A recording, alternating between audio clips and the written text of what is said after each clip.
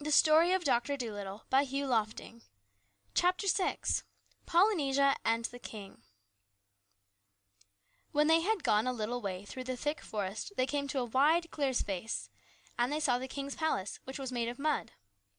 This was where the king lived with his queen, Ermentrude, and their son, Prince Bumpo.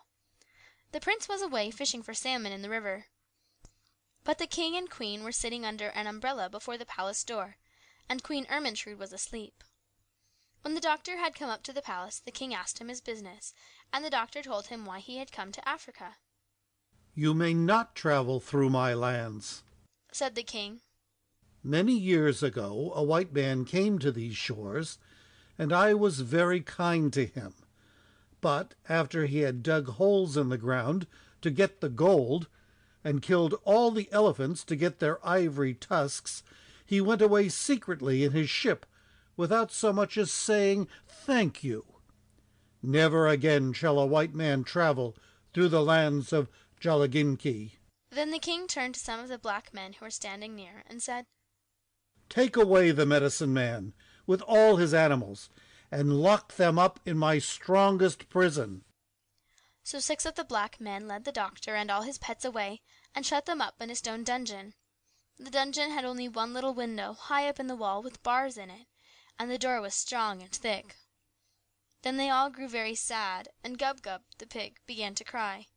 But Chee-Chee said he would spank him if he didn't stop that horrible noise, and he kept quiet. "Are we all here?" asked the doctor, after he had got used to the dim light. "Yes, I think so," said the duck, and started to count them. "Where's Polynesia?" asked the crocodile. "She isn't here." "Are you sure?" said the doctor. "Look again. Polynesia! Polynesia! Where are you?" "I suppose she escaped. Well, that's just like her. Sneaked off into the jungle as soon as her friends got into trouble," grumbled the crocodile. "I'm not that kind of a bird," said the parrot, climbing out of the pocket in the tail of the doctor's coat. "You see, I'm small enough to get through the bars of that window, and I was afraid they would put me in a cage instead. So while the king was busy talking, I hid in the doctor's pocket, and here I am. That's what you call a ruse," she said, smoothing down her feathers with her beak. "Good gracious!" cried the doctor. "You're lucky I didn't sit on you." "Now listen," said Polynesia.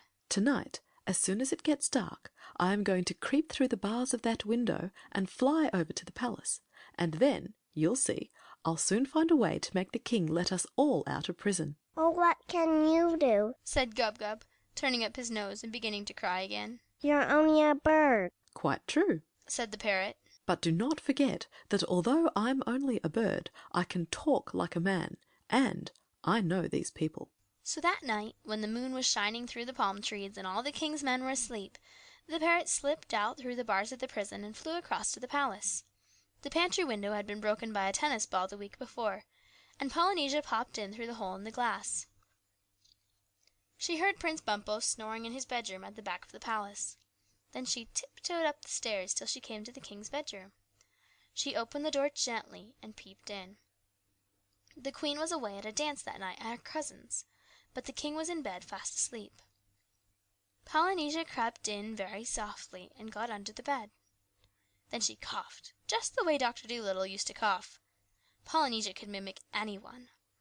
The king opened his eyes and said sleepily, "Is that you, Ermentrude?" He thought it was the queen come back from the dance. Then the parrot coughed again, loud, like a man. And the king sat up, wide awake, and said, "Who's that?"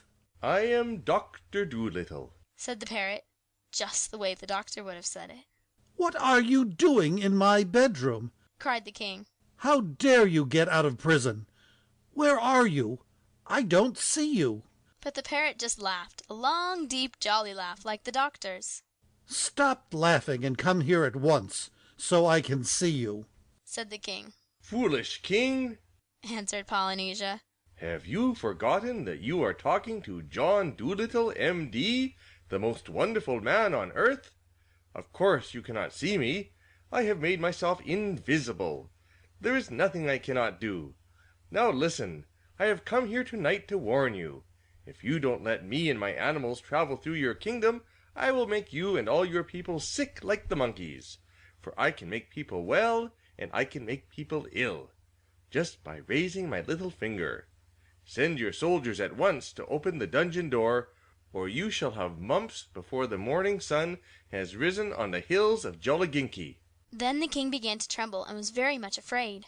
"Doctor, He cried, it shall be as you say. Do not raise your little finger, please." and he jumped out of bed and ran to tell the soldiers to open the prison door. As soon as he was gone, Polynesia crept downstairs and left the palace by the pantry window. But the queen, who was just letting herself in at the back door with a latchkey, saw the parrot getting out through the broken glass. And when the king came back to bed, she told him what she had seen. Then the king understood that he had been tricked, and he was dreadfully angry. He hurried back to the prison at once. But he was too late. The door stood open. The dungeon was empty. The doctor and all his animals were gone. End of chapter 6.